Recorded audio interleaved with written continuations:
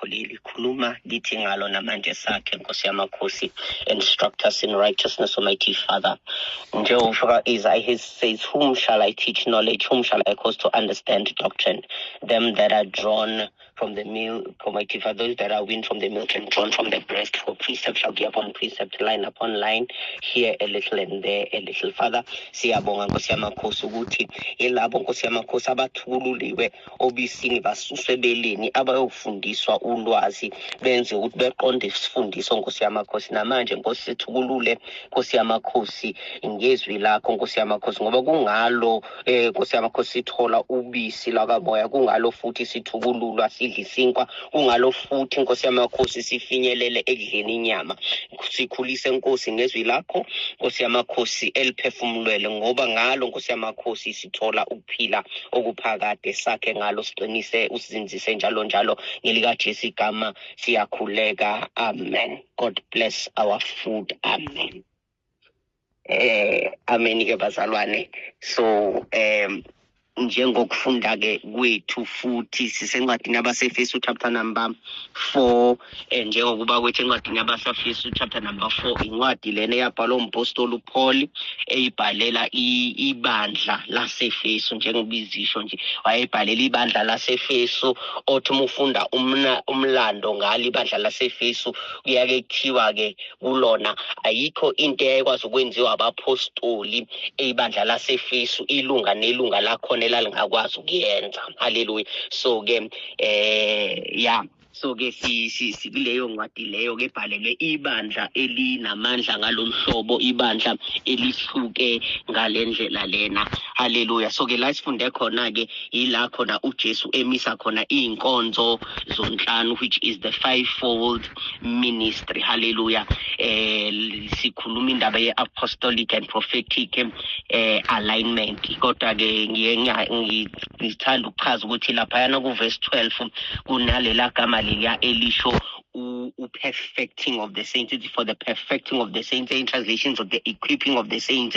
Lela gama lelana ilona gama leli elisho unakhuza alignment ngokwesiGreek, lithi catechismos ngesGreek. So it is the process la khona abadobi belungisa khona amanet adabukileyo, noma ila khona umuntu owudokotela physician ibeka khona induku noma iplangwe eceleni kwethambo eliphukileyo, ukuze leli thambo eligudlukile laphuka lasuka endleleni lizobuyiselwa la lifanele khona lizophola 1, number 2 lizokwazi ukuthi liqhubeke likhule ngendlela efanelekile. Hallelujah. So ke i-fivefold ministry ngakho mhlambe ngibona ngizophinda phindela kulama verse lawo ikakhulukazi uverse 12 wami, ngoba iwona oqukethe indaba yethu ye-alignment kakhulu. Hallelujah bazalwane. Ngihlale ngichaza ukuthi ke inkinga yami ngumuntu wesingisi kakhulu, so ngiyazama ngoba ngisaqala ukufudumeza injini yesiZulu, makwenzeka ngiphunyuka esingisini seniyongixolela abazalwane, kodwa ngiyathemba ukuthi sonke hayi ukuthi isingisa sisizwa nhlobo. So ke ngizozama ukuthi ngiqhubeke njalo bazalwane. Amen. So ke asabaleka amagama ngoba ngiyaqala, kodwa ke ngiyabe ngiqhubeka ke kuzobe sekuya ngokuya ngikhululeka. Hallelujah. So ke ngesonto elidlule ke sayithinta ke indaba of apostolic and prophetic. Ngabika ngasho ukuthi indaba ye-apostolic and prophetic ngiyazi abaningi baye beyithathe lapha ku-Ephesians chapter number 2 verse 20 wakhona okhuluma ngokuthi sakhiwe phezu kwesisekelo sabaprofeti nabapostoli, bese uJesu Kristu eyike legumbi. Bese ke ngacacisa ukuthi ke leyo ndaba leyo noma lelo verse lelo alikhulumi ngokuthi siyibandla sakhelwe eziphiweni, kodwa iTestament elidala labhalwa ngabantu abangabaprofeti bekhomba phambili ukuthi uJesu yeza. They were pointing to a coming seed, bethi the seed of the woman from Genesis chapter number 3 ukuthi imbewu yowesifazane iyeza eyashintsha imbewu yesifazane kwayimbewu kaAbraham kwashintsha futhi ekubeni imbewu kaAbraham kwayimbewu kaDavide. So ke imbewu eyodwa leyo imbewu ekuthiwa eka-Eva yasuka ku-Eva yakhonjwa ku-Abraham ngasuka ku-Abraham yakhonjwa kuDavide ngoba uNkulunkulu wenza isivumelwano noDavide ukuthi ke izizukulwane sakho kuyohlale kukhona ohlele esihlalweni sobukhosi ngokwezizukulwane sakho kufeza isiprofeto sikabani sikaJakobe phezu kwabantwana bakhe kuGenesis chapter 49 methi the scepter shall not depart from Judah nor the lawgiver from between his loins until Shiloh comes. La athi khona intonga yokubusa ingesuke endlini kaJuda naphakathi kwenkalo zakhe kuze ukuthi kufike uShiloh ke it is igama elisho the peaceable one ilo obusa ngokuthula. La abantu abaningi bedidanisa khona betshela ukuthi uSolomon kanti okuyena yena obusa ngokuthula oyinkosi yokuthula konke uJesu Kristu. Othi Isaiah eprofeta ngaye uthi unto us a son is born, unto us a child is given, bese ethi shall call him Wonderful Counselor, Everlasting Father, Prince of Peace. Yabo, so ke uJesu lo okusuke khulunywa ngaye he is Shiloh lokwathiwa uzawukuza. Hallelujah. So ke siyabona ke bazalwane ukuthi ke asakhiwe ke phezu kwesekelo seyiphiwe kodwa sakhiwe phezu kwesekelo esinguJesu Kristu. So iTestament elidala likhomba phambili lithi imbewu iyeza bese ke iTestament elisha labhalwa abapostoli abakhomba ukuthi ke imbewu siyeza yazalwa yaphila impilo engenasono yafa yavuka futhi izobuya. So ke ingakho ukuthi sakhiwe phezu kwesekelo sani sabaprofeti nabapostoli bese ke uJesu Kristu because he is the midpoint between the past and the future. So the past and the present sihlangana kuJesu because Jesus is the cornerstone and the foundation of his house. Thina siyindlu yakhe ingakho ethi kuPetro ngizawuyakha indlu yami phezu kwedwala and lelo dwala leyo wayekhuluma ngayo uqobo uJesu Kristu. So ke ngabe sengiyasho ukuthi ke also uyasho uPaul kwabaseKorinte ukuthi asike singisekele sakubeko ngaphandle kwesisekelo sesibekiwe esinguJesu Kristu uqobo. So ke ngasho ukuthi ngoba sithi apostolic and prophetic alignment hayi ngoba nakho sizophakamisa iphiwo ezithile kodwa kunento emele siqonde ngenkathi esikuyo njengebandla likaKristu. Hallelujah. So ke ngibese ngiqala ngesonto elidlule ngayithinta ke inkonzo zenhlanu ngithe kumchaza kancane umpostoli ngasho ukuthi ke masibuka i-fivefold ministry noma inkonzo zonhlanu siyake siqala ukubala esithupheni umpostoli abe isithupha kulandela umprofeti njengokulandelana kwabo kuverse number 11 ka-Ephesians chapter number 4. So umprofeti umunwe lo okhombayo because the prophet gives direction yabo kodwa ke soqhubeka sichaze kahle bese ke sayemthinta umvangeli sasho ukuthi ke umvangeli igama lesiGreek elithi uangelist elisho the bringer of good news.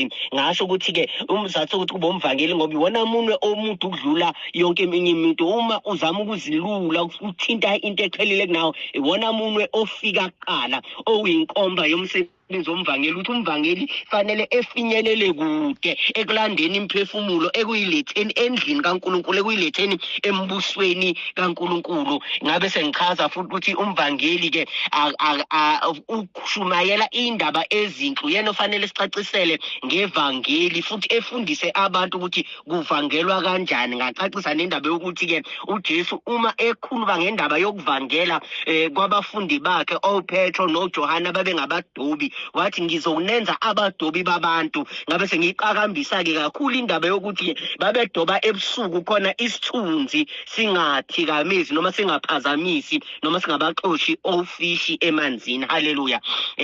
Sadlulela phambili sathinta umelusi ngiphuthumela ukuthi ngifike kokwanamhlanje bazalwane umelusi samusho naye ukuthi umelusi uyena onikeza izimvu idlelo, sasho ukuthi ke uthi lo munwe lona abathi yi-ring finger ofaka khona indandatho yomshado. Sabe sesigcizelela futhi ukuthi ke wona munwe onomthambo oqonda enhlizweni. Sabe simsola futhi umelusi ukuthi ke ezinye izinto esezabukeke ngathi zilindeleke ebandleni noma zilindeleke kwabefundisi, hayi ngoba nakho zayilindelekile, kodwa ingoba nakho abantu abangabelusi basuke bagamanga ngenxa yothando lwabo ngomhlambi, ukuthi ke uma kushadwa bebekhona, uma kungcwatshwa bebekhona, uma kukhona one-21st bebekhona, uma khona othenga imoto babekhona. Ngoba umelusi yonke indawo imvu esuke ikhona, umelusi usuke ekhona. So abelusi ngenxa yenhliziyo yabo nothando lwabo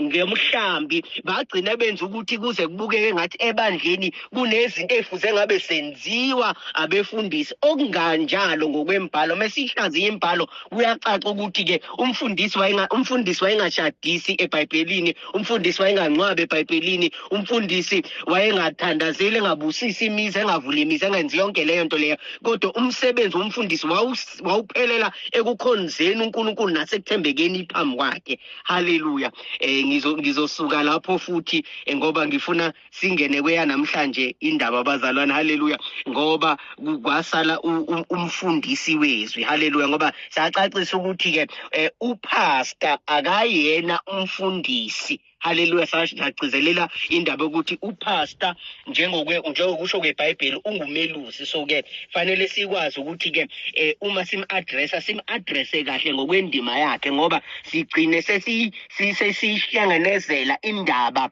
ye-fivefold ministry uma sizobiza esinye isiphiwe ngesinye. Haleluya. Mhlambe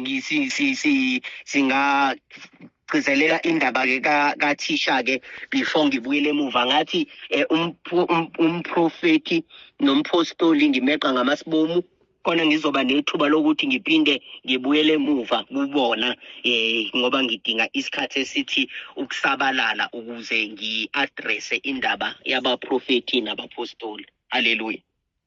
So ke igama lesiGreek ke likathisha noma elikamfundisi wezwi udidaskolos ne.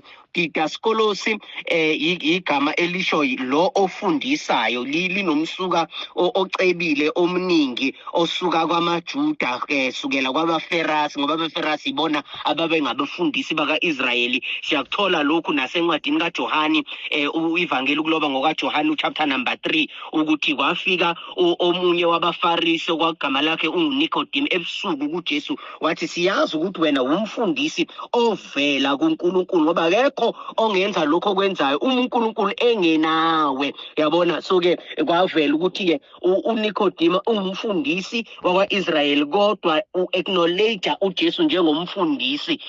Bese ke uJesu kwinkulumo yabo uma esekhuluma ngokuzalwa kabusha, utholakala edideka uNicodemus. Bese uJesu ebuza umbuzo ukuthi wena ngumfundisi kaIsrayeli kepha udidwa yilezi zinto ezincanyana ezilulana. Uthi kuyoba kanjani mangikhuluma ngezinto zasezulwini ngoba uhlulwa yilezi ezasemhlabeni engiyikhulumayo. Haleluya bazalwane. So ke engifuna ukukuveza ukuthi ke umfundisi wezwi ngathi ulo munwe lo owucicana, umuntu omncane, ngathi ucicane ngobani? Umfundisi wezwi, ngoba iwona munwe omncane okwazi ukuthi makhona into engene endlebeni odinga ukuyikhipha, makhona udoti osendlebeni, iwona muntu owazi ukufaka endlebeni ukhiphe udoti nokungcola okusendleleni khona uzokwazi ukuthi uzwe kahle. So inkonzo yomfundisi wezwi ayipheleli nje ekufundiseni into entsha, kepha funa umfundisi wezwi ekwazi ukuthi ekwenze uqale phansi ubuyele emuva kokufundile obengalunganga, ukusiphule ukususe. Ngokwesingisi sithi he must usher you into unlearning, so you must unlearn before you learn. So kunezinye izinto Haleluya, kunezinye izinto engalunganga esizaziyo nesihamba ngazo okufanele siyifunde sijwayele ukuthi akusizona ngokwembhalo ngobani kwakungenjalo. Owasifundisa kuqala akasifundisanga okuyiqiniso, so fanele sisuke kulokho ngasile iqiniso sibambelele siphikelele kulokhu okuyiliqiniso. Haleluya. Uthi mebhala uSolomon lapha encwadini yama Proverbs chapter number 18 verse 17 uthi oqala ukubika udaba ubonakale ngathi uqinisile kuze kube kufika umakhelwane wakhe ezocwaninga indaba yakhe. Elesingisi lizo the first to present a matter seems right until a neighbor comes to cross examine him. So ke umfundisi wezwi wenza leyo nto leyo cross examination yokuthi ufika umzalwane nani nesifundiso kodwa hayi isifundiso kuphela kodwa nesifundiso esiphulayo nesiqondisayo. Isibonelo salokhu nje ukuthi uma ngima njengomfundisi wezwi into yokuqala engizofika kuyo ngigcizelele ukuthi iBhayibheli kumele ulifunde kanjani ngoba umfundisi njengoba ngangishilo last week ukuthi ingxenye nengxenye ye5 ministry ifanele ifundise ibandla ukuthi lenze lokho elikwazi ukwenza. So umfundisi wezwi fanele kufundise ukuthi uma ufunda iBhayibheli ulifunda kanjani ngoba iBhayibheli awulifunde ngathi ufunda nje inovel, awufunde ngathi ufunda noma yiphi incwadi ngoba le incwadi inspired, le incwadi ekuthiwa it is a library of books, so ineyinhlobonhlobo zezincwadi ezahlukahlukene. Uma umfundisi wezwi efika kuwe fanele kufundisa ukuthi uma ufunda amahubo, uma ufunda incwadi kaJobe, uma ufunda amaculo kaSolomon, Songs of Solomon, if ufunda Proverbs, uma ufunda uEcclesiastes, uma ufunda lezo incwadi kanjalo awuyifundi engathi ufunda uGenesis ngobani lezo incwadi lezo incwadi eziyinkondlo, so fanele uapply ama principles interpret inkondlo. Esafunda isikole thina safundisa ukuthi uma ufunda inkondlo uyakubheka umqondo oqashile, uyakubheka ukuthi imbongi bizama ukuthini. So uma ufunda amahubo awuthi ukuthi uNkulunkulu uthi kodwa ufumana ukuthi umqondo oqashile uthini, yini ebishiwo lana. Haleluya. So ke ukuze ubalekele ukuthi ushiso iBhayibheli into eningayisho ngoba uma umfundisi wezwi singamphakamisa singambuyisela endaweni yakhe ebandleni sizoba nezinto eziningi ezimkhuba esiyenzayo engahambisani nokwembhalo. Sizothatha izinto ngoba futhi okunye umfundisi wezwi fanele esifundise khona ukuthi ke asikwazi ukuthatha ivesi engathi belintanto emoyeni silishumayele silikhulume size silithanda ivesi engathi lihambe emoyeni ngoba ivesi fanele liqonde lokho eliqondayo ngokwala elicashunwe khona. Haleluya. Futhi ke fanele sikwazi ukuthi masifunda iBhayibheli sifunda ngokwe context yokuthi bekuthiwani. Isibonelo nje ivesi elijwayelekile abazalwane abalithandayo futhi kakhulukazi uma uzoqoqa umnikelo Haggai chapter number 2 verse 8 uzothi sithi hayi bazalwane asizenzonikela ngoba uNkulunkulu izwi loNkulunkulu liyasho ukuthi uNkulunkulu uthi siliva negolide kungokwakhe. Ne so ke silithatha lelo verse sigijime nalo ngoba sithi hayi uNkulunkulu uthi siliva negolide kungelakhe, kodwa sikhohle ukuthi ngokwe context la lelo verse elitholakala khona uNkulunkulu umethi siliva negolide elakhe wayengakhulumi ngemali. Haleluya. So uNkulunkulu ethi isiliva negolide elami, yila khona abantwana bakwaIsrayeli base bebuyile ekuthunjweni eBhabhiloni baqala bakha ithempeli kabusha. Elithi iBhayibheli uma ufunda ngokuloba kwencwadi kaEzra lithi kwaba nokukhala okuxuxe nokujabula mhla kubeka izisekelo zethempeli lelelisha ngobani ababelibonile ithempeli elidala nenkazimulo yakhona babe nokukhala ukuthi leli thempeli lincane, leli thempeli futhi alakhiwa ngengcebo njengethempeli elakhiwa uSolomon. So ke babe nokukhala abanye abantu, so uNkulunkulu ududuza abantu bakhe abathalazayo ngokuthi lesakhiwo asakhiwa ngama resources njengaleli thempeli elakhiwa ubani elakhiwa uSolomon. So ke ukuba dudu uyazuza uthi uNkulunkulu inkazimulo yalendlu yokugcina iyoba nkulu nenkazimulo yendlu yokuqala bese ethi-ke isiliva negolide kungokwami. Uma ethi isiliva negolide kungokwami ingoba izinto ezaziba kwi-Holy of Holies ne-Holy Place zayikhandwe ngesiliva negolide, ngoba uma sibuka i-Ark of the Covenant yayikhandwe ngegolide.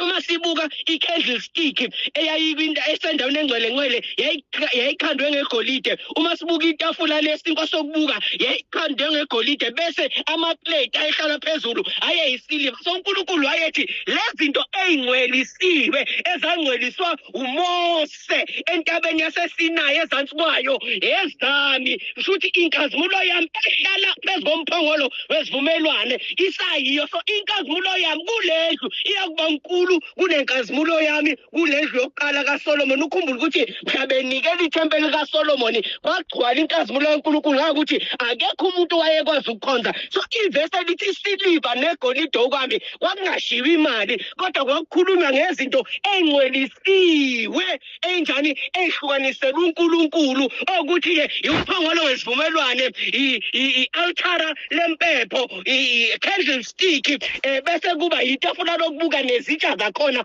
okwabuya eBhabhiloni. So umethi uNkulunkulu the silver and gold is mine, hayi ngoba nakwaqoqa umnikelo.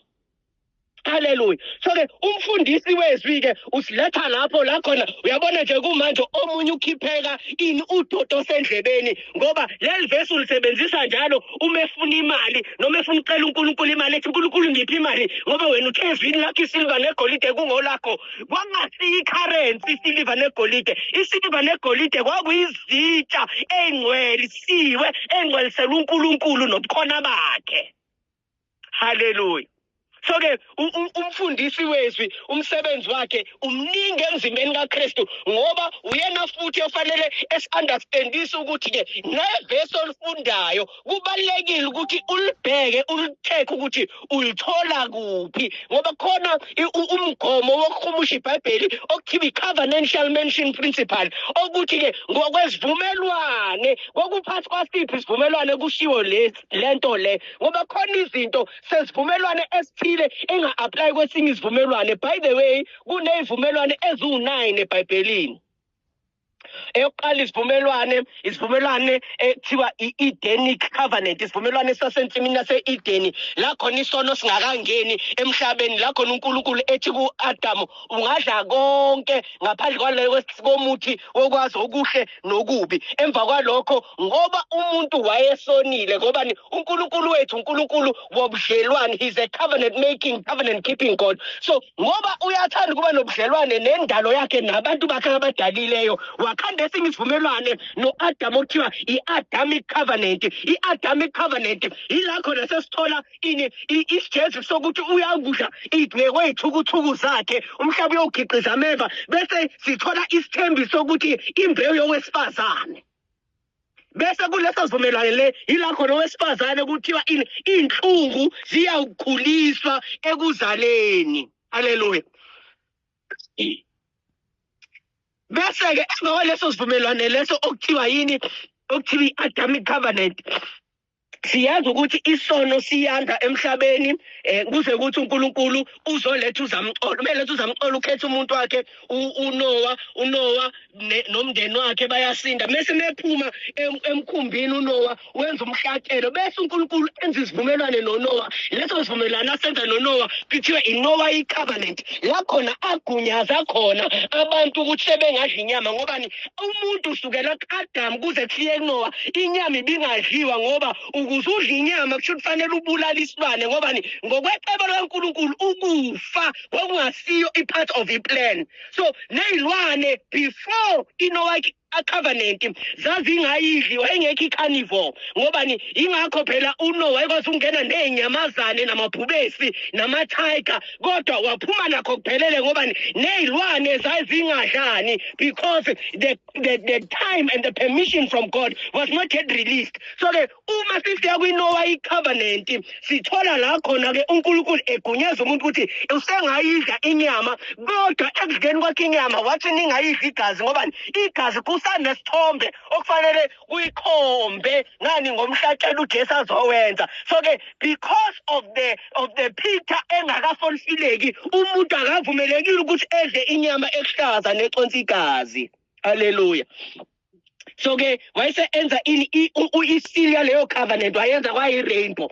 Usukela lapho ke sabona ekhetha indoda uNkulunkulu i-covenant esithathu le ngiyibalayo ngoba ngithi Noahike wakhetha indoda ekuthiwa Abraham wenza naye isivumelwane wathi izizwe zonke zomhlaba zizobusiseka kani ngawe. Lithi iBhayibheli waseyamkhola uNkulunkulu uAbraham wabaleka kuyikulunga lokho. So sathola i-Abrahamic covenant ne ikuyisivumelwane sesine. Maso i-Abrahamic covenant wahamba uNkulunkulu labantwana baIsrayeli wazobakhipha eGibhithe bakhipha ngesandla sikaMose wasentabeni yaseSinayi wabanikeza umthetho which is the Mosaic covenant, umthetho noma isivumelwano sikaMose asenza ngoMose uNkulunkulu.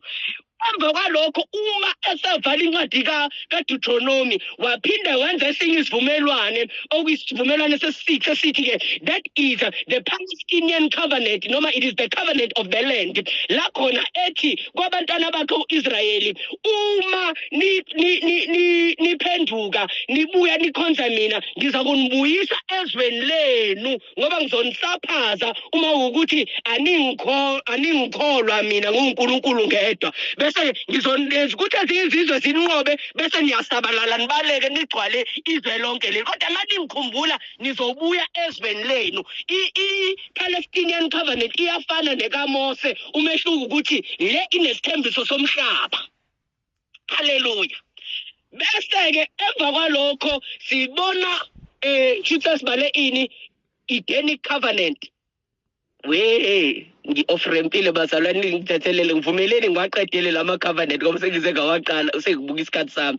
So ke sine Edenic covenant isono singakangeni, sibe ne-Adamic covenant ngenxa yokungena kwesono, sibe ne-Noahic covenant umuntu evunyelwa ukudla inyama, sibe ne-Abrahamic covenant yokukholwa uNkulunkulu lokubalela kuye njengokulunga, bese siba ne-Mosaic covenant ewumthetho nemiyalelo afanele uyigcine, bese oyesithupha isivumelwane iPalestinian noma isivumelwane somhlaba. Bese emva kwaleyo covenant leyo bese siba ne-covenant okuthiwa yi-David covenant la khona uNkulunkulu efunga khona kuDavide ethi kuye ke izizukulwane zakho kohlale kukhona wezizukulwane sakho hleli esihlalweni sobukhosi ne. Bese ke unumber 8 isivumelwane lesesithi ke it is the new covenant, isivumelwane esisha okuyizivumelwane thina mina nawe esikuso ne. So that is the new covenant nayo efanayo ne-Abrahamic covenant ngoba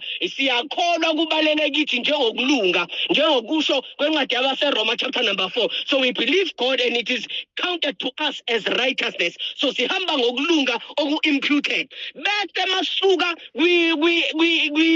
we-new covenant kukhona i-covenant okuthiwa i-everlasting covenant la khona uma iJerusalem elisha selehla libuya lizohlala emhlabeni sesizophila lapho. Yileso sivumelwano esizobe sesiphila phansi kwaso sinoNkulunkulu. So ke uma ufunda iBhayibheli lakho fanele uthi uma ufunda ubheke ukuthi ke isiphi isivumelwane engifunda phansi kwaso ngoba yebo konke kuyasiza, konke siyafunda ngakho kodwa akusikonke ekumele sigcine. Hallelujah. Ngoba umuntu ogcina iMosaic covenant ogcina umthetho kaMose fanele ukuthi ngosuku lesi-8 ezelwe uma umuntu wesilisa wasokwa kufanele ukuthi ukhokho wakho waye phansi kwentaba yaseSinayi wafafazwa ngegazi elixuthwe ngamanzi uMose. So uma ukuthi ukhokho wakho wayengekho akaze fafazwe ngalela gazi lelana apply iMosaic covenant kuwena. Yebo kunezinto fundayo kuzona kulowo mthetho lo kaMose kodwa awu apply thina. Hallelujah. ngoba unabantu bawo. Ngoba futhi uma uqala uthi uyawugcina umthetho kaMose kusho ukuthi wena kathathu ngonyaka fanele uye eJerusalem, ngoba ngokusho njalo umthetho kaMose wakufanele uye eJerusalem kathathu ngonyaka. Ingakho babehamba ngephasika beye eJerusalem. Ingakho uma uFilipi ehlangana nomthena waseTopiya, ingoba nakho loyo wayengena enkolweni yomJuda, so kwakumqoqa ukuthi akaye eJerusalem kathathu ngonyaka. So ngoba wena ungakazi uye eJerusalem awuqualify umntasekhaya ukugcina umthetho kaMose. Hallelujah. Kulungileke bazalwane.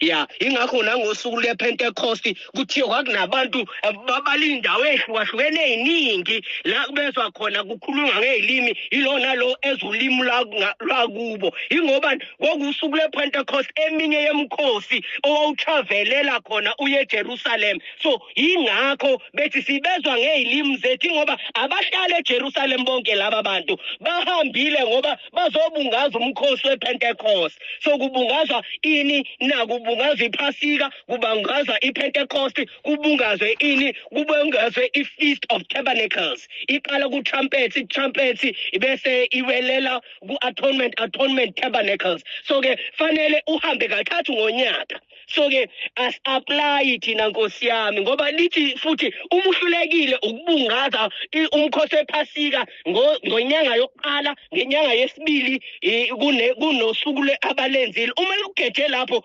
uyanqunywa kwabantu baNkulunkulu Israel. So ke thina asikho lapho, but we are a spiritual Israel. U-Israel ongasoki ngokwenyama, esisokwe ngekwenhliziyo, esigcina umthetho hayi olotshiwe ezibhebheni zamatshe, ukuthi uma uwephulile uyafa. Ngoba umthetho kaMose wokuthi uma uphule eminye imithetho wawukhandwa ngamatubulawa, kodwa thina singabomoya, singomthetho womoya. Ngawo umoya ngokugcina imithetho yakhe siyawuphila. So we are under the law of the spirit, the law of life. Umthetho osiphilisayo nangunaphakade okwazi ukuyiguqula impilo yomuntu, ngoba lo mthetho obhalwe ezibhebheni zamatshe awukwazanga ukuguqula inhliziyo zabaphristi nabaferasi ababewuphethe. Ibona babefundisa abantu ngawo, kodwa bona wakwenzakalani? Bathi bewuphethe umthetho othi wena thou shall not kill. Ibona abathi uJesu usenabalandeli abaningi ngathi asimbulaleni. Futhi abakwazanga ukushintshwa umthetho abawuphethe. Ngobani? Umthetho wokufa. It is the law of sin and death. Kodwa thina singabomthetho womoya. Hallelujah. So umfundisi wethu fanele kufundisa ukuthi uma ulifunda iBhayibheli ul-approacha kanjani, ngoba ngendlela olifunda ngayo kuzo-reflect ukuthi uliphila kanjani. Ukuthi angiyigcizelele leyo part ukuthi indlela olifunda ngayo iyakugcizelela ukuthi uliphila kanjani.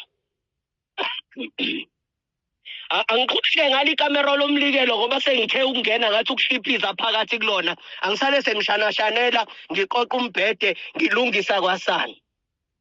Abanye bathi bebezonikela bakhotha leli verse elithi iBhayibheli lithi bazalwane, give and it shall be given unto you, a good measure, pressed down, shaken together, running over, it shall be poured into your bosom from men. Ne? Lelo verse alikhulumi ngemali, Nkosi yami, alikhulumi ngemali ngokwe context, ngokwala elithathwa khona lelo verse. uJesu usuke ekhuluma ngendlela abantu abaphathana ngayo. So impatho, uma ukuhlaza ebantwini, uma unikeza abantu ukubahlaza, bazonikeza kuwe ukubahlaza. Kwenze njani? Ku press down, shaken together, running over into your bosom. So bazobuyisela kuwe. Uma ubahlaza ebantwini bazobahlaza kwena, uma uhlonipha abantu bazokuhlonipha. So lokho okunikelayo kuzobuya kuwe. Ngaleyo ndlela akusiwo umnikelo oyimali lana, ngoba abanye abantu ngokulifunda ngokungaliqondi leli verse bafika endlini kaNkulunkulu bafuna ukudlala istokfela, kanti asidlali istokfela. Masinikela siveza ukuthi sifana nobaba wethu uNkulunkulu owathanda izwe kangaka waze wanikela ngendodana yakhe ezelwe yodwa. So hayi ngoba nakho sinikelela ukuthi sizothola, but uma sinikela ngoba kuvela enhlizweni, singenalindela lutho okubuya ngakithi. Hallelujah. Ngishilo ukuthi bese ngingenile inkinga bengingene ngopoto ekamereni lomnikelo, manje asale sesishanela sishiya indlu nje isi right ime kahle. Hallelujah. So ngokwe context, hamba ufunda lapha intushelo yasentabeni. uJesu usekhuluma ngokuthi uyiphatha kanjani kwabantu, usekhuluma nawe ukuthi izitha zakho kumele uyithandazele. Yonke leyo nto usuke exoxa ngempatho, hayi ngemali.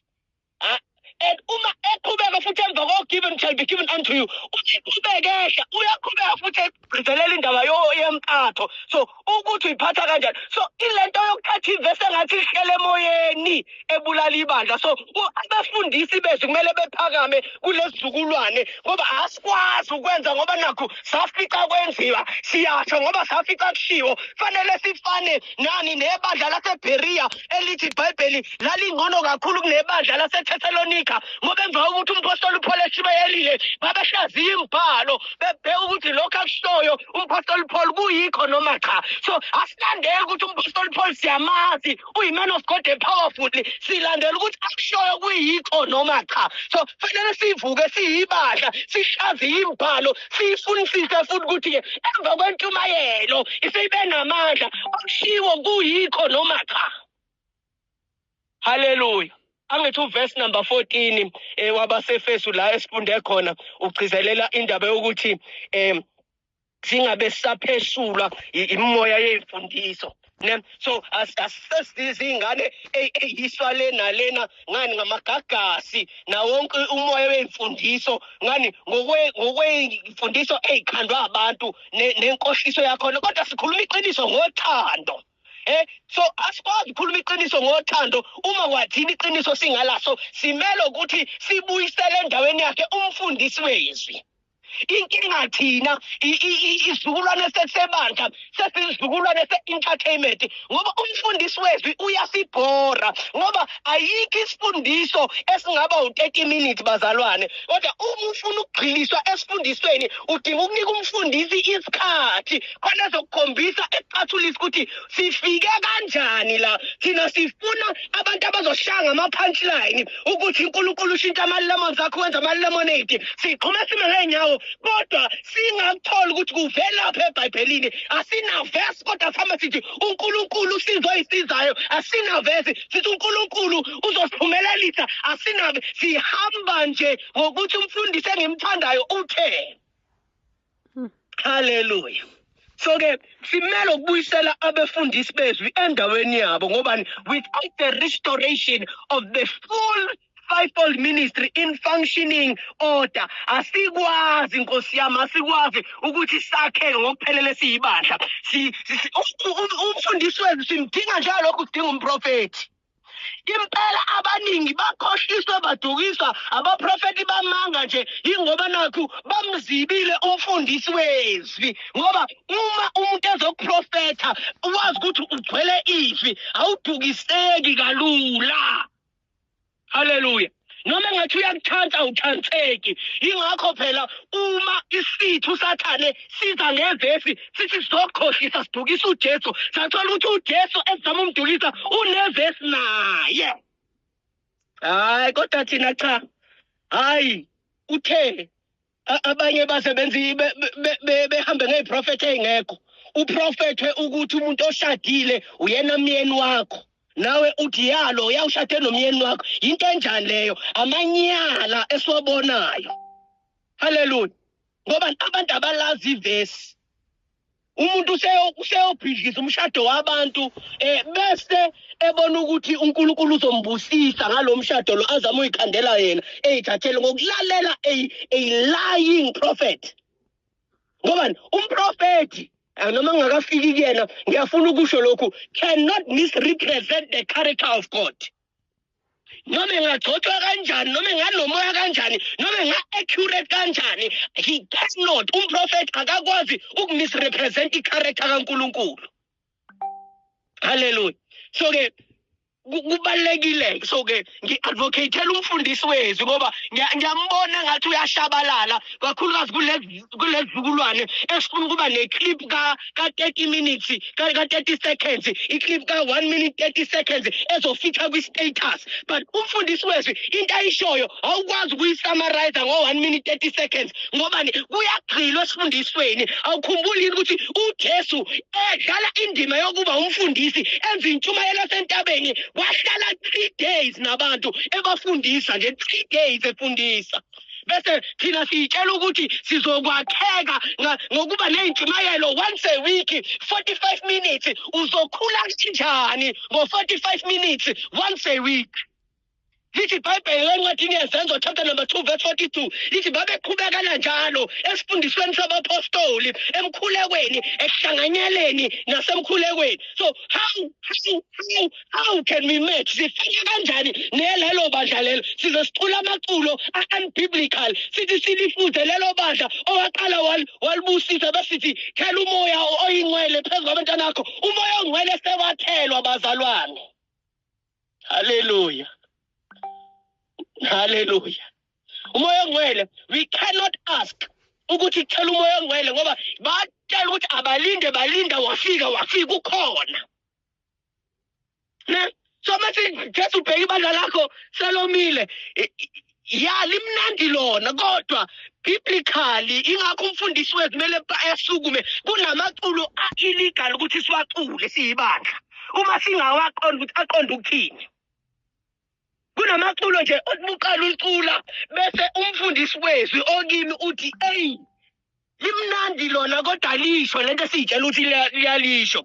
Sizecula sithi Hosanna to the highest, Hosanna to the King. Hosanna akusilo itemu lokudumisa. Hosanna kafana no hallelujah. Hosanna itemu lokuvukela umbuso ebabelisho ngalesa sikhathi uJesu engene eJerusalem ngoba umgwaqo ongena eJerusalem uhlukana kabili. Uma uya ngakwesokunxele kwakuyithempeli ipalace likaPilate, uma uya kwesokudla ithempeli likaNkulunkulu. So uma engena ngo-main road uJesu babeyitshela ukuthi useyosusa esikalweni uPilate uyovukela umbuso. Ingakho babethi Hosanna. Yazi iBhayibheli ngoba asithanda ukulifunda lize liyasho meliqeda ukuthi Hosanna belifake kwama-bracket ukuthi which means save nawe oqonda ukuthi sindisa manje. So sisuke sisho ukuthini masithi Hosanna size sikhale sisuke sithi save now in ngoba usave now uqonda ukuthi uJesu akabuye. Hallelujah. So-ke ingakho ngithi umfundisi fanele kwazi ukuthi ephakamisa isandla emisi worship team umfundisi wethu ethi lento eniyiculayo ayisingoba niyicula. Ngoba uHosanna itemu lokuvukela umbuso ababecula beyitshela ukuthi uJesu usezobuyisela umbuso kwaIsrayeli. Ngebhadi waqonda ethempelini wangaya kwaPilate. Ingakho lezo ixuku lezo izona ezazithi mbetheleni ngoba akafezanga lokhu ababeyitshela ukuthi uzokwenza mengene eJerusalem. So babemthanda isikhashana ngoba bebona ukuthi bazokhululeka. Kanti cha akazile ukuzofeza lokho ababeyitshela ukuthi uzokwenza. Hallelujah. So umfundisi wezwi we cannot take light. Ingakho ngikhala ukuthi emabandleni futhi kakhulukazi emabandleni ethu nje ezinye iziphiwo sesiyikhahlele sayikhipha eminyango kanti zibaluleke kabi ukube bekhona umfundisi wezwi ubezovuka engasukumi ngokuthi hayi ngoba nakho wena ngingakufuni uzovuka nje nevesi ethi kodwa ngokweBhayibheli lami okulotshiwe lithi iBhayibheli uEzra into enhle ngayo uEzra lithi wawufuna umthetho kaNkulunkulu ukuba ewazi ukuba ewugcine bese awufundisa. Umfundisi wethu uba naleyo nhliziyo lokuthi uyawufuna umthetho kaNkulunkulu ukuwazi yena qala engagcini ngokwazi ukuthi ewugcine bese emva kokuthi ewugcinile bese kukhanda ufundisa. Sidinga abafundisi bezwi. Inkinga they are not popular ngobani bayasibhora ngoba bachaza into ende basichazela uma context basichazela ukuthi kwakubhalelwa bani ebhalelwa nini ebhalelwa ngesikhathi esingakanani kanti lezo zinto zibalulekile ngoba vele kwangakhulunywa nathi kodwa labhalelwa thina ukuthi thina masizuze ekubhalweni kwalo.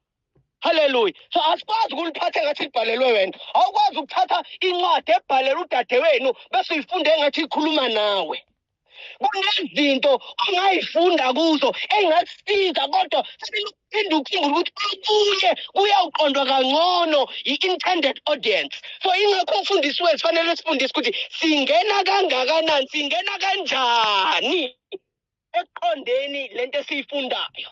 Ingakho umbuzo kaPhilip umvangeli umefika kulowo seTopiya ufunda ukuthi uyakuqonda yini okufundayo ngoba siyakwazi ukuba neBhayibheli kodwa asiliqondi.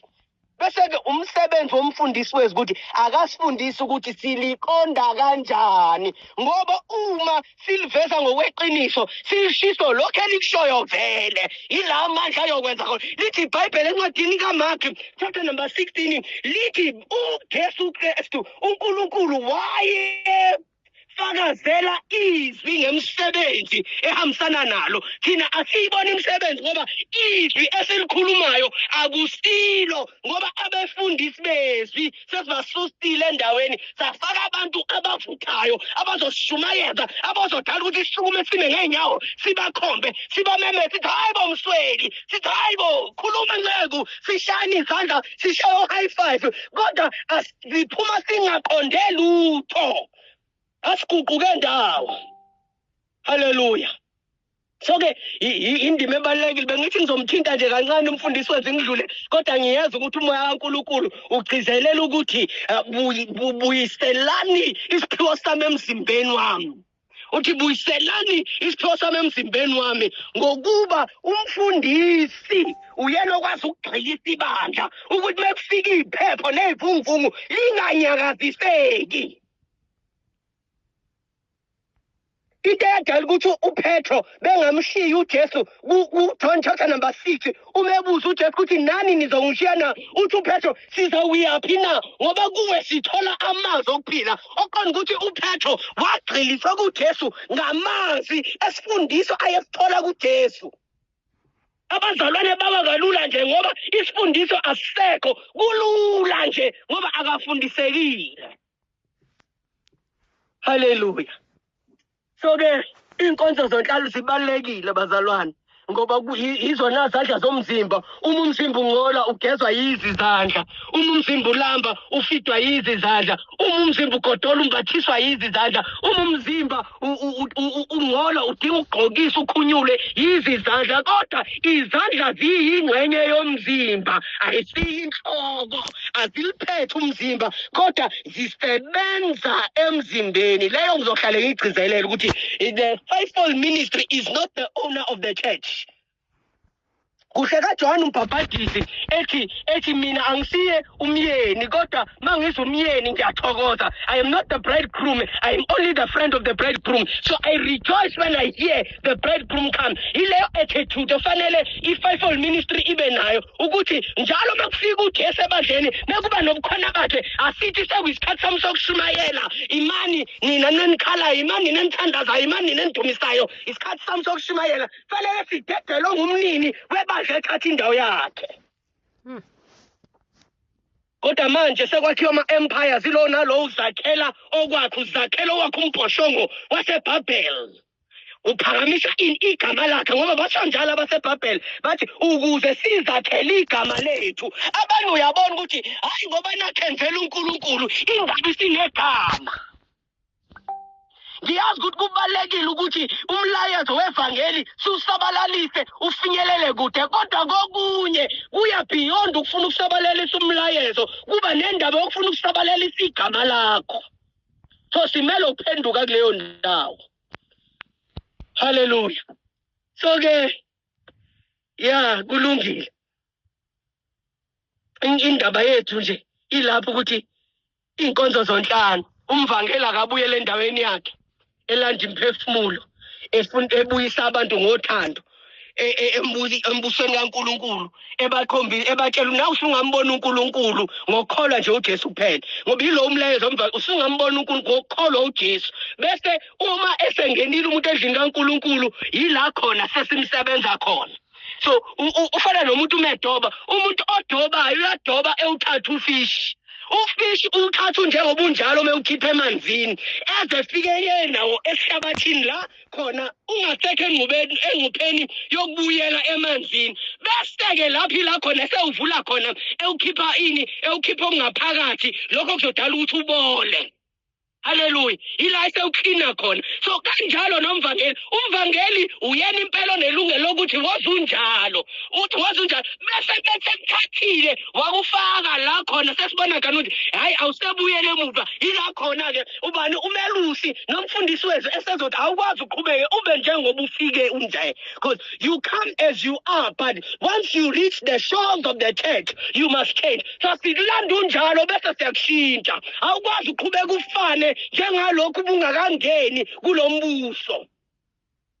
So ke ukuthatha ukuthi yini omele ukushintshe ukuthatha kumelusi ngoba umelusi urelate nawe ila khona okwazi ukumbuza khona imibuzo ila ukwazi ukumtshela khona ukuthi engiyahluleka la kunzima la ngihlulele lesono bese uyakwazi ukukeep up nawe ngoba umelusi uyayinaka izimvu uyayazi ukuthi leni ibuthaka kuphi bese eyagadi yakufonela ugcine nini kwenza le yanto hey namanje sakuhlupha ngalesikhathi ulokhu ubona ukuthi udisappoint umuntu wasemhlabeni ila khona ugcina uyeka ukwenza ngoba into ngoNkulunkulu ukuthi asikwazi ukubona ubuso bakhe mejabhile kodwa obamfundisi umejabu umelusi siyakwazi ukumbona ukuthi usejabhile bese siyenzela yena ukuthi engajabhi ngathi bese ingakulithi iBhayibheli enovuma izono zenu omunye komunye bese niyakhulekelana inkinga sizizukulwane esihlebanayo esibroadcastanayo ingakho leyo ndima ingasekho ngoba uma ngingakutshela namhlanje kusasa ngiyoza sengihlexa ngakho ukuthi nimbona nje uhlushele lesono ngoba silahlekelwe sasibekelwe uthando okuyizimfundiso zokuqala zebandla umfundisi wethu okuyizona afanele ifake kumzalwane uma emgcilisa ukuthi sihamba ngothando. Love is gentle, love is kind.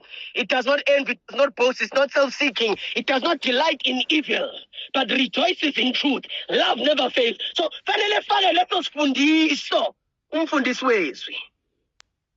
Bese ibandla kaNkulunkulu linamandla ibandla kaNkulunkulu liqinile ibandla kaNkulunkulu likhulu kabi is mighty but inkinga we have an identity crisis yokuthi asizazi ukuthi singobani ngoba sifuna lento engikhuluma ngayo last week sonke sifuna ukuthi bonke umuntu efane nathi kanti ngasho last week ukuthi i-discipleship must not kill diversity because diversity births maturity and maturity leads to unity. So ke uma sifana uma umuntu sonke sami angizu-experience into ehlukile and ngoba experience into ehlukile ngizogcina ngizwe imilayezo efanayo ngezinto esipassionate ngazo nala engisonta nabo bese ngingakhuli kanti uma kune-diversity nokwehlukahlukana ngithola kulo okwazi ukukhuluma nge-character ngithola kulo okwazi ukukhuluma nge-well balanced life yokuthi ungabe umshini othandazayo kuphela kodwa do something professionally ngithola kulo omunye futhi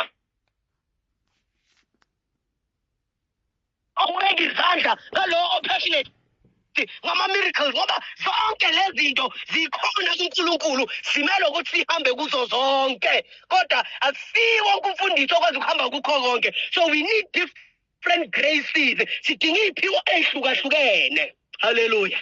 Amen. Isikhathi sami sengizidlile kulungile ngizozama ukuyigoqa indaba yami.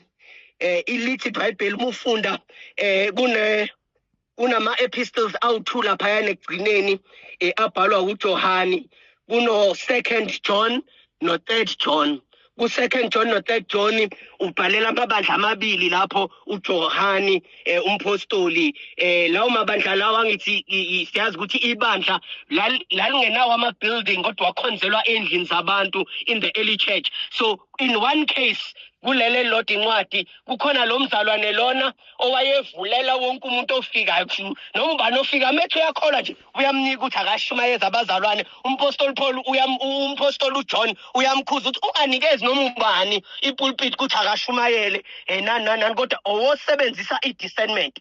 Bese kule enye incwadi lo mzalwane lo uvalela nabantu labo aba-part of ithimba lokuqinisa nokuzinzisa ibandla akafune umuntu angaphandle eshumayele uyakhuza lapho uJohani uthi hayi bo musa ukuvalela abantu ukuthi beshumayele ngoba phela yibona abazokwazi ukuthi belakhe belihlomise ibandla. So ke sibona ibalance elethwa umuntu oyedwa ngapha uthi unganikezi noma uba kodwa ngapha uthi ke ungavaleli wonke umuntu. So fanele silibandla sifike kuleyo ndaba lele esingeke sithi khona hayi sizosebenzisa lawo sekuyaziwa sine-conference yilama guest speakers wabizayo kuphela, but fanele sivuleleke khona lizokwakheka ibandla, ngoba asikwazi ukudla isitambu siphuze ujuice njalo besitshela ukuthi sizoba nomsoco. Kunenyama esingayidlile, kune-rice esingayidlile, kunamasaladi esingawadlile. Asikwazi ukuthi sikhule ngokuphelele ngoba asiyutholi yonke umsoco ekhona emzimbeni kaKristu. Hallelujah. Umoya uphephetha la uthanda khona. Ngiyayizwa, this is a rebuke from my father. Yeah. So ke simele ukuthi sibuyisele i-fivefold ministry endaweni yayo, siyeke ukucelebrate ama-gift.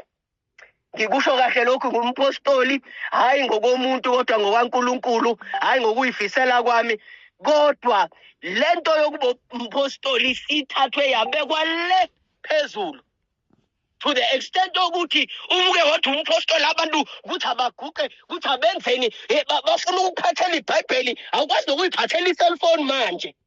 Kanjani ngiphume nakho ekhaya? Selingisinda sontweni iBhayibheli lami engiphume ngiliphethe ekhaya, engilifundayo ekhaya, selingisinda phakathi kwabantu. Hayi ngeke bazalwane. Fanele sikhumbule ukuthi umpostoli ngimchazile last week ukuthi it was isiphila leso sasishibhe ukudlula zonke, because he was a servant that afforded to die. Ibandla isona siphila esasifanele ukufa. He's the lowest ranking servant. Ingakho wayengayiqhathi, wayengena pride umpostoli, ngoba wayazi ukuthi ngizofika nje ukufeza ini icebo longithumileyo. So that is the thing. But we can't have this type of apostleship. Ingakho umuntu ufuna ukuba umpostoli ngoba ubona abantu abagqoka ubuso bobupostoli abangesibo, because you cannot be an apostle and be proud. I-pride ivela. Ingakho umpostoli Paul uma ebuza yena umpostoli uthi ubani othi anakha akuthathanga somewhere, uthi uma ukuthi sithathe kuNkulunkulu somewhere, then kuvelaphi ukuzigqaja? Where then is boasting? If what you have received. So if we igqaja kanje, how do we have pride as if ithina sitholele? Ngoba konke sinakho. Ingakho uPaul umebhala chapter 15 of 1 Corinthians uthi I am what I am by the grace of God. Ngilokho engikho ngomusa kaNkulunkulu. But abanye bazenza abapostoli manje ngoba isona siphiwe ngathi siyahlonishwa. Umuntu engasiyo umpostoli eyibize ngompostoli enethwe yimvula zabapostoli bese siyamqhanga. So we need to bring order in the body of Christ. Ngokwesikhathi sami ngiyabona ukuthi ngeke ngisafinyelela addresseni kahle. Next week ngizoyiqala kahle from the apostolic ngiqhubeke ngithi prophet.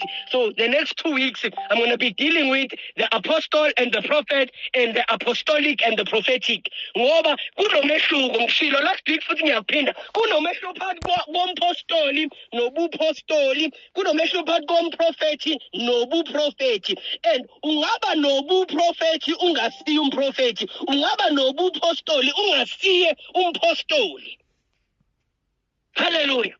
Because the season is apostolic and prophetic. So wonke umuntu kule season, ngisho nomfundisi wezwi, ngisho nomelusi, ngisho nomvangeli, ngandlela thizeni, they are either apostolic or prophetic. Kodwa akubenzi abapostoli nabaprofeti. Ukulwana akasekho umvangeli, akasekho umelusi, akasekho umfundisi wezwi. Kanjani? Ngoba phela uma ukhona amalungu ashodayo emzimbeni, kusho ukuthi lowo mzimba loyo une-disability. And the body of Christ is not disabled. Ukuthi nje abantu bayikhethela lokho ababone ngathi, because now ministry is about popularity. But God is raising no-name brands. Uvusa abangenagama. Ukhumbule ukuthi ngeyikhathi zika-Elijah, wathi u-Elijah yimina ngadosele, wathi uNkulunkulu uthathe lokho, nginaba u-7,000 engibagcinile abangakaze bekhothanga. So kwesinye isikhathi omunye ngokubona indlela uNkulunkulu asebenzisa ngayo uzitshela ukuthi uyena yedwa, kanti akunjalo. Kunabantu uNkulunkulu mina babafishile uma uqhubeka nje nayo leyo ncwadi leyo uyathola ukuthi just two chapters after lokho kuthiwa kwakuhlangene abaprofethi baqala baprofetha bathi hawu sebevela phi manje yilabo uNkulunkulu ayebagcinile abafihlile so siyakwazi Nkosi yami ukuthi kunabantu abafihliweyo uNkulunkulu abagcinile. And vele it is not everyone whose ministry is going to be at the forefront. Ngoba abanye bamele ukwenza umsebenzi wani wokubeka izisekelo. Beqinisekisa ukuthi abazalwane bayazinza ezisekeleni bayakheka. Ngoba once baba kwi forefront ezinye izinto awusakwazi ukuzisho ngoba kuneyijumayelo nezinto esingakwazi ukuzisho ngoba thina sesiba nezinkonzo za online. Uma sengi online bazongikhatha bengiposte bengishiso into engayisho bese sengihlaselwa ngento abantu abangayazi nokuthi livela phi ibhekephi. Hallelujah.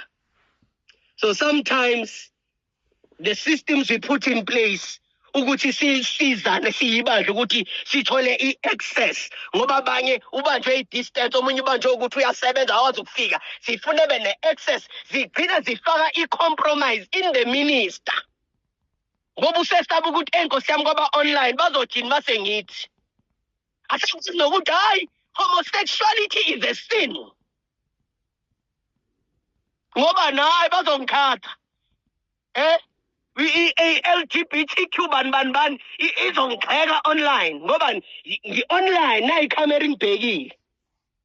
But the reality is ministry ngokweBhayibheli masifunda its main focus was grounding the believer. It was fetching it was saving the unsaved and changing the saved. Iyona ministry leyo. Yayingena indaba yokuthi ama-trends athini kwenzakalani kwasewacima futhi amalanga. The main focus of the faithful ministry was ongasindisiwe akasindiswe mesindiswa simguqule, asimakhe, asimhlomise, asimkhulise, asimrelease.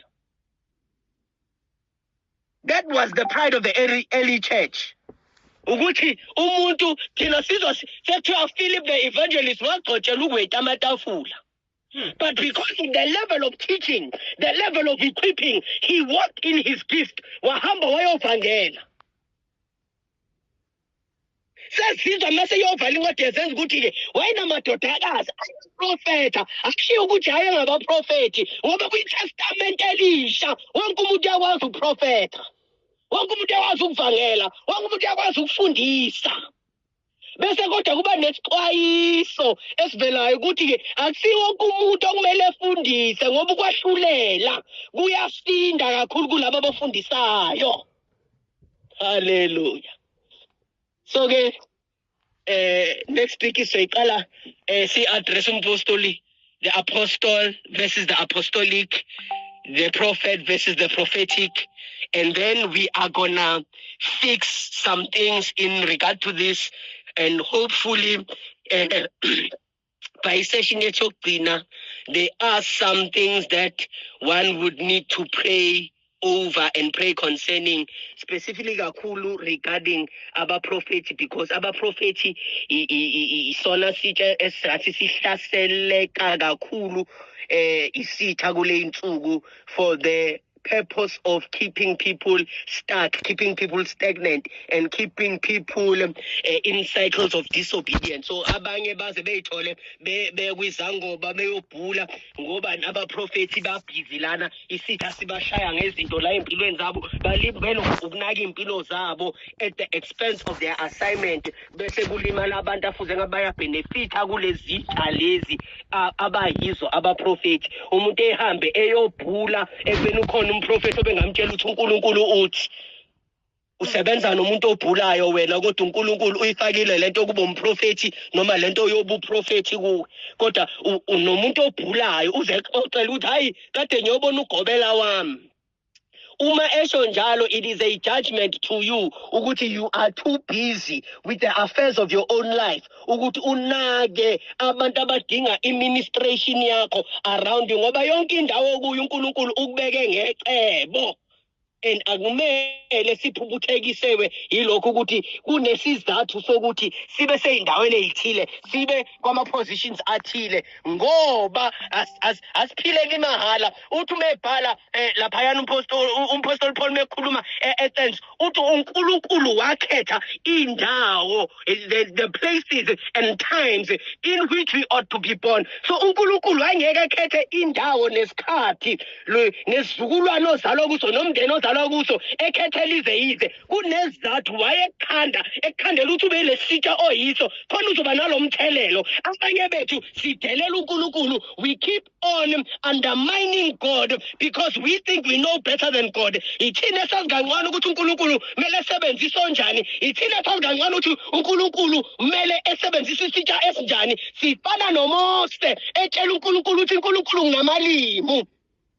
uNkulunkulu wamphendula ngempendulo ewumthoba nhliziyo, wamtshela ukuthi hayi wena Mose uba nonza umuntu ekhulume na.